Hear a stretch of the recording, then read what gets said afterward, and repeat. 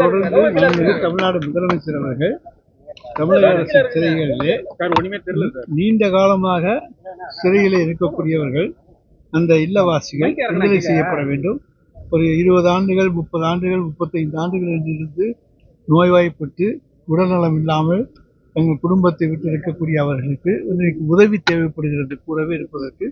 எனவே அவர்களெல்லாம் விடுதலை செய்யப்பட வேண்டும் என்பதற்காக முன் விடுதலை செய்யப்பட வேண்டும் என்பது மாண்புமிகு தமிழ்நாடு முதலமைச்சருடைய குறிக்கோள். அதற்காகத்தான் இன்றைக்கு ஆளுநருக்கு கோப்புகள் அனுப்பப்பட்டன. இன்னும் கோப்புகள் அனுப்பப்பட வேண்டியிருக்கின்றன.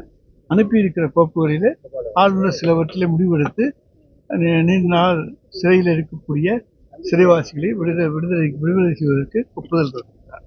சார், மீதம் உள்ள சிறைவாசிகள் எப்போது விடுதலை செய்ய போறாங்க? இப்போ பரோல்ல வந்திருக்கவங்களோட பரோல் நீட்டிக்கப்படணும்.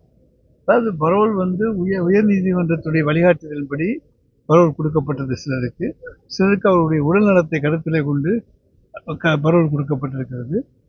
ஆனால் நிச்சயமாக அவர்களுக்கு முன் விடுதலைக்காக அரசு பரிந்துரை செய்திருக்கிறது. ஆளுநருக்கு கோப்புகள் அனுப்பப்பட்டிருக்கிறது. அவர் படித்து பார்த்து ஒன்றாக அதற்கான முடிவுகளை எடுப்பார். அண்மை செய்திகளை உடனுக்குடன் தெரிந்து கொள்ள இணைந்திருங்கள் இயம்நாடு தொலைக்காட்சியுடன்.